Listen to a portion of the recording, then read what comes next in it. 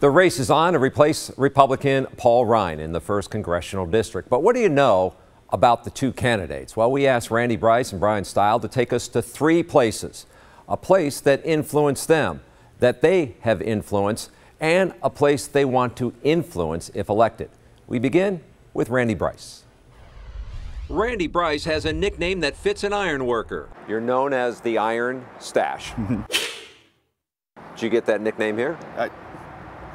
Partially. Bryce's story of an iron worker turned congressional candidate has helped him raise millions of dollars to run for the seat being vacated by Republican Paul Ryan. But the place he wanted us to see that has influenced his life is actually just down the road from the Union Hall. My life was saved there. Here is Frederick Hospital. Before he was a union worker, Bryce was diagnosed with testicular cancer in his late 20s. But I didn't have, insurance, so I was just toughing it out, hoping it was going to go away. It didn't, and he ended up in surgery.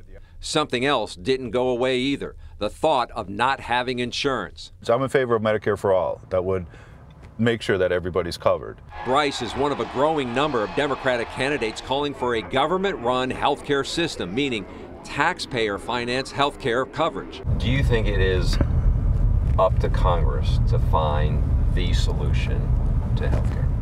I see it as something we need to do. It's the #1 reason why I'm running is health care. Bryce got the idea to run for political office during his union days at Iron Workers Local 8. What do you think gave you the training to get into politics? Just seeing what's happening in the state. Bryce was the union's political coordinator during the state's epic Act 10 battle that saw unions fighting for survival. You and I met during Act 10. Right. Would see you out there during the protests. How did that change your life? Well, in a big way. It was, first of all, they went after public sector unions. Bryce protested and testified at the state capitol to try to stop Republicans and Governor Walker's landmark legislation to end most collective bargaining rights for public unions. Bryce believes he has helped influence the political debate in the state despite setbacks for unions on right to work or prevailing wage laws. Do you think you made a difference? Yeah, well, I did. There was always one guy that was like, Randy, why do you bother going to Madison to testify? We don't have enough votes to win. We know what the outcome's going to be. And then my response is, well, once we stop going there and saying we disagree with what's going on, is when they're going to think that everybody's okay with what they're doing. It's along this political journey Bryce was looking for a Twitter handle. He came up with the Iron Stash while at a social media conference. So I was like, I'll give it a try, but then you have to think up a Twitter handle.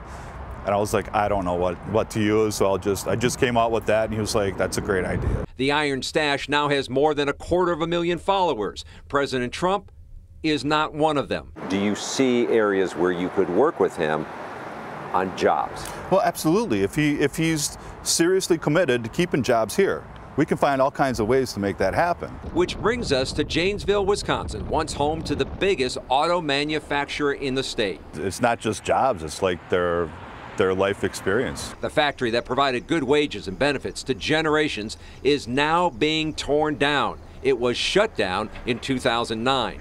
If elected, Bryce says he wants to help influence places that create manufacturing jobs. How do you generate the type of jobs and opportunity that GM once had? Well, I think if we're going to talk about creating some kind of a tax cut, we need to have some kind of guarantee that the people that are paying the taxes are going to benefit.